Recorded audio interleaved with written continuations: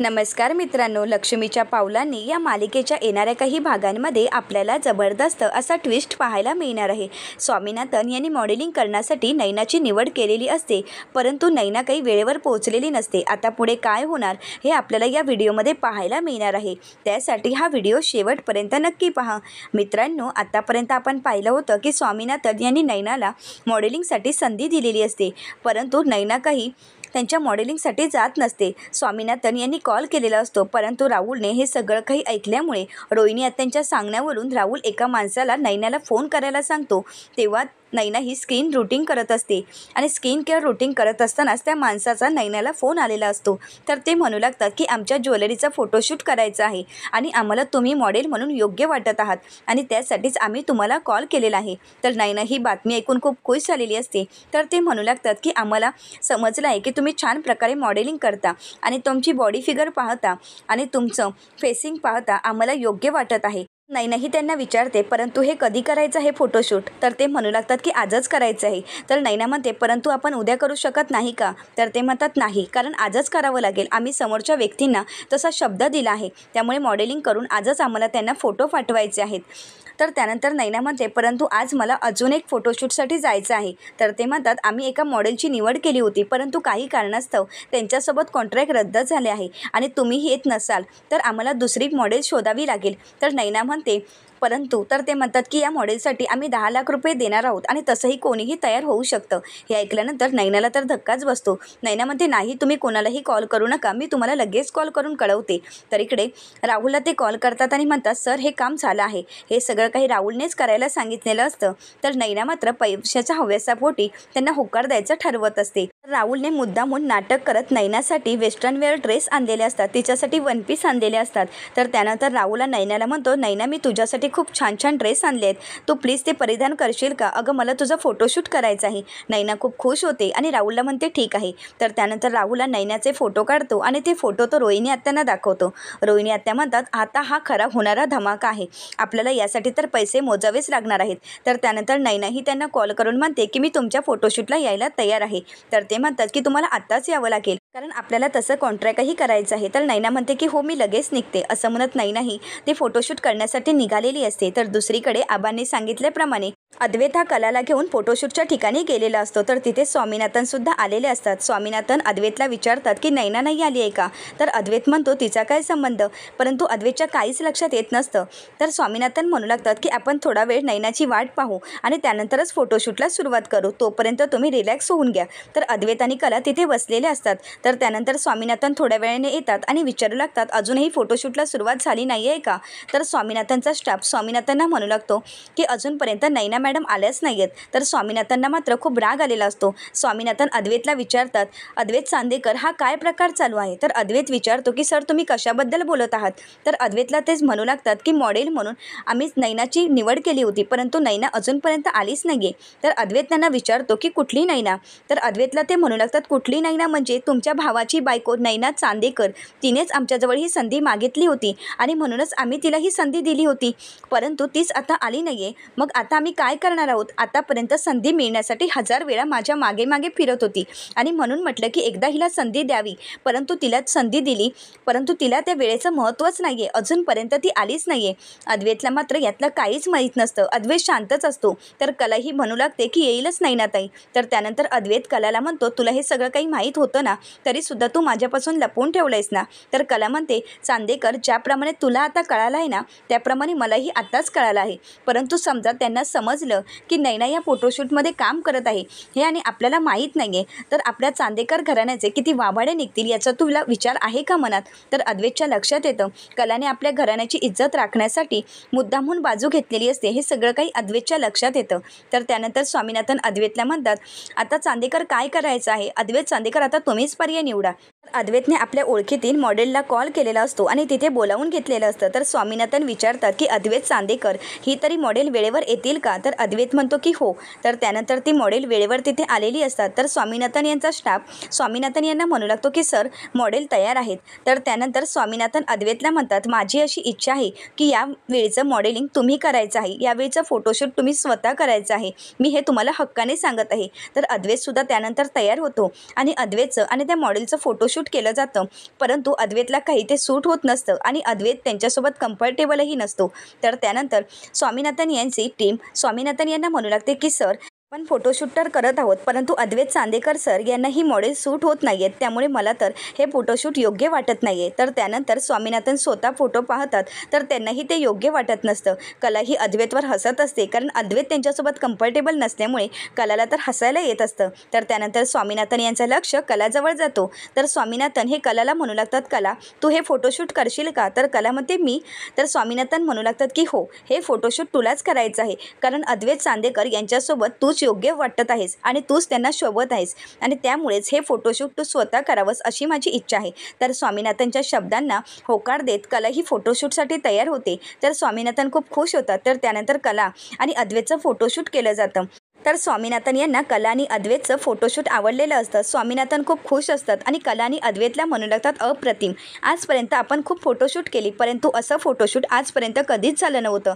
आजपर्यंत झालेल्या फोटोशूटमध्ये हे अप्रतिम आहे आणि याची तोड कशालाच नाही आहे. तर कलासुद्धा खूप खुश असते. अद्वैतलासुद्धा कलाचा तो लूक खूप आवडलेला असतो. अद्वैत अगदी कलाच्या त्या लूकमध्ये कलाच्या प्रेमातच पडलेला असतो. तर त्यानंतर फोटोशूट पूर्ण होऊन झाल्यानंतर कला आणि अद्वैत घरी येण्यासाठी निघत असतात. तर स्वामीनाथन कलाच्या हातामध्ये एक पॉकेट देतात. तर कला विचारते, हे काय आहे? तर स्वामीनाथन म्हणतात की हे तुझं बक्षीस. तर कला म्हणते, आपलं काम करण्यासाठी बक्षिसाची काहीच गरज नाही आहे सर. तर स्वामीनाथन म्हणतात, परंतु हे जरी पैसे असले तरी तू तुझं बक्षीस म्हणून स्वीकारावं अशी माझी इच्छा आहे. कला ही अद्वैतकडे पाहते. तर अद्वैत म्हणतो की हो, घे. तर त्यानंतर स्वामीनाथन म्हणतात, तुला हे 5 लाखाचं बक्षीस मी देत आहे. अद्वैतला हे पाहून आश्चर्यच वाटतं. तर कला म्हणते, 5 लाखाचं बक्षीस? सर प्लीज, असं काही नको आहे मला. हे काम मी पैशासाठी खरंच केलं नाही आहे. तर स्वामीनाथन म्हणतात, परंतु तू पैशासाठी काम केलं नाही हे मलाही माहिती आहे, परंतु मी स्वतःहून आनंदाने तुला हेच बक्षीस म्हणून देत आहे, त्यामुळे प्लीज स्वीकार. तर अद्वैतने सांगितल्याप्रमाणे कला त्या बक्षिसाचा स्वीकार करते आणि कला मनातून खूप खुश असते आणि म्हणू लागते, हे 5 लाख रुपये मी माझ्या आईवडिलांचं कर्ज फेडण्यासाठी नक्कीच उपयोगात आणू शकते. कलाचा आनंद काही गगनात मावत नसतो आणि दोघंही घरी येण्यासाठी निघतात. तर दुसरीकडे नैनाचंही फोटोशूट पूर्ण झालेलं असतं आणि नैनाही घरी येत असते. तर इकडे नैनाच्या फोटोशूटचे फोटोही व्हायरल झालेले असतात आणि कला आणि अद्वैतच्या फोटोशूटचे फोटोही व्हायरल झालेले असतात. सोहम हा खुश होत आबांना म्हणू लागतो की आजोबा, आत्ताच वहिनी आणि दादाचे फोटोशूटचे फोटो व्हायरल झाले आहेत. तर आबा म्हणतात, दाखव पाहू. तर त्यानंतर सोहम ते फोटो दाखवतो. तर आबांना ते फोटो खूप आवडलेले असतात, परंतु सोहम जसजसे पुढचे फोटो दाखवत असतो तर नकळतपणे तिथे नैनाचेही फोटो आलेले असतात. तर आबा म्हणतात, हा कोणाचा फोटो आहे?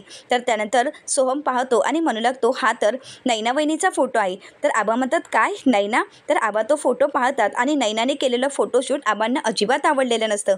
आबांना नैनाचा खूप राग आलेला असतो. तर कला आणि अद्वैत घरी आल्यानंतर आबा कला आणि अद्वैतचं खूप कौतुक करतात आणि म्हणू लागतात, अगदी लक्ष्मीनारायणाचा जोडा दिसत आहे आणि तुमचे फोटो तुमच्या अगोदर मी पाहिले आहेत. खरंच किती छान फोटोशूट झाला आहे आणि आजपर्यंत असे फोटो मी कधीच पाहिले नव्हते. चांदेकरांच्या दागिन्यांची जाहिरात अगदी झक्कास झाली आहे आणि आता तर चांदेकरांचे दागिने खूप छान प्रकारे प्रसिद्ध होतील. तर तेवढ्यातच तिथे नैनाही आलेली असते. आबा ही नैनाला म्हणतात, थांब, कुठे गेली होतीस? तर नैना म्हणते, फोटोशूटसाठी. तर अद्वैत म्हणू लागतो, परंतु नैना, तू स्वामीनाथन यांच्या फोटोशूटला आलीच नव्हतीस, त्यांना तू शब्द दिला होतास, मग तू गेली होतीस कुठे? तर कलाही नैनाला जाब विचारत म्हणते, ताई तू अगं कुठे होतीस? स्वामीनाथन यांनी किती वेळ तुझी वाट पाहिली, मग नाईलाजाने मला ते फोटोशूट करावं लागलं.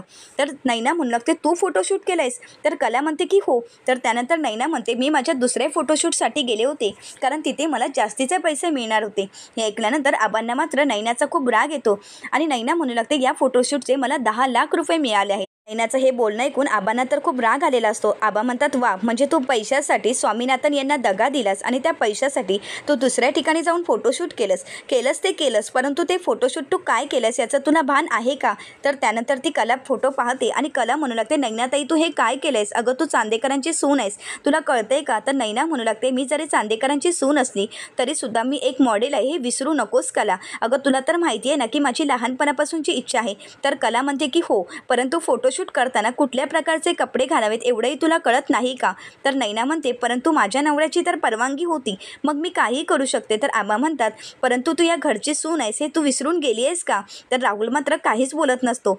तर नैनाला सर्वजण ओरडत असतात. तर कला जाब विचारत म्हणू लागते, नैनाताई अगं स्वामीनाथन यांनी तुला एवढी छान संधी दिली होती, तिथे जाऊन तुला पारंपरिक लूक करायचा होता, परंतु तू हे काय केलंयस? अगं आपलं घराणं काय आहे, आपलं नाव काय आहे, अगं आपण चांदेकरांच्या सुना आहोत, एवढंही तुझ्या लक्षात राहत नाही का? तर नैना ही कलावर आवाज चढवत म्हणू लागते, आता तू ते मला शिकवू नकोस. तर आबा म्हणतात, आता तिला शिकवायची वेळ आली आहे, कारण ती जे काही बोलत आहे ते योग्य आहे. अगं नैना, अगं कलाने केलेलं फोटोशूट बघ, अगं अगदी पारंपरिक लूक तिने केला आहे आणि आपल्या घराण्याचं नाव वाचवलं आहे, आणि तू मात्र आपल्या घराचं नाव धुळीस मिळवून आली आहेस, वेशीवर टांगून आली आहेस. अगं एकीकडे कलाच्या या फोटोशूटचं आम्ही सर्वजण कौतुक करत आहोत आणि तू मात्र हे काय करून आली आहेस? तर नैना म्हणते, यात काय चूक आहे?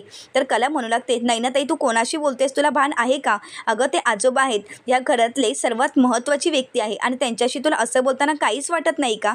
आवाज खाली ठेवून बोलायचं. नैना ही सर्वांशी वाद घालत असते. अद्वैतलाही ते आवडलेलं नसतं. अद्वैत म्हणतो, एखाद्याला शब्द द्यायचा आणि पैशांसाठी दगा देऊन दुसऱ्याच ठिकाणी जायचं, हे योग्य वाटतंय का तुला? तर नैना म्हणते, माझ्यासाठी जे योग्य वाटलं ते मी केलं आहे. तर आबांना मात्र नैनाचा खूप राग आलेला असतो, परंतु रोहिणी आत्या आणि राहुल काहीच बोलत नाही. ते सर्वजण मजा घेत असतात. त्या दोघांनाही या सगळ्या गोष्टीचा खूप आनंद झालेला असतो.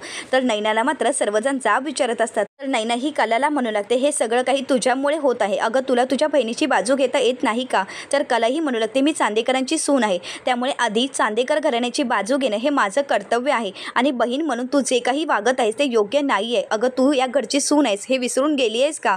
अगं तू माझी बहीण असलीस तरी सुनेचं कर्तव्य पार पाडणं ही आपली जबाबदारी आहे.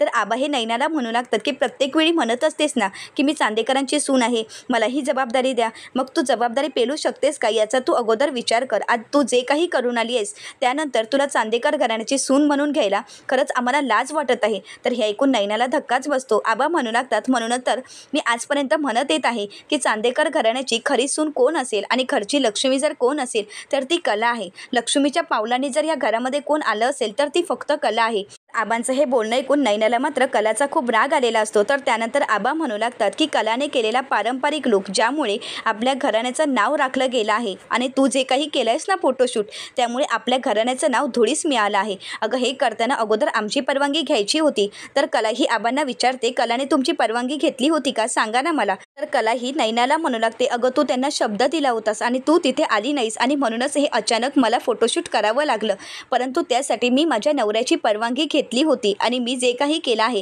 ते योग्यच केलं आहे.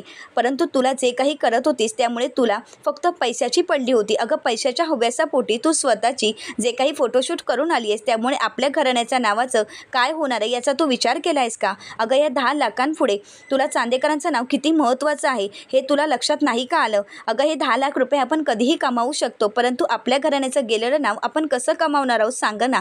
तर कलाचं हे बोलणं ऐकून अद्वैतला कलाचा अभिमान वाटत असतो. तर त्यानंतर अद्वैतलाही वाटत असतं की कला ही चांदेकरांची सून म्हणून अगदी योग्य शोभत आहे. कला ही खूप नैनाला ओरडू लागते. तर नैना ही रागानेच तिथून निघून जाते. तर सर्वजण कलाचं खूप कौतुक करत असतात. तर पुन्हा एकदा कलाने सर्वांची मनं जिंकलेली असतात. सर्वांच्या मनात कलाने पुन्हा एकदा घर निर्माण केलेलं असतं. अद्वैतला तर कलाचा अभिमान वाटत असतो. आता या छोट्या छोट्या गोष्टीतून आणि कलाने अद्वैतच्या छातीने जे फोटोशूट केलेलं असतं अद्वैतलाही खूप आवडलेलं असतं. आता नकळतपणे अद्वैत हा कलाच्या प्रेमामध्ये पडत असतो. आता खरंच अद्वैत आणि कलाच्या प्रेमाला सुरुवात होईल का हे पाहणं अतिशय रंजक ठरणार आहे. त्यासाठी चॅनलला नक्कीच सबस्क्राईब करा. आजचा व्हिडिओ तुम्हाला कसा वाटला हे कमेंट करून नक्कीच कळवा. आजचा व्हिडिओ जर तुम्हाला आवडला असेल तर व्हिडिओला लाईक करायला मात्र विसरू नका. व्हिडिओ पाहिल्याबद्दल तुम्हा सर्वांचे अगदी मनपूर्वक धन्यवाद.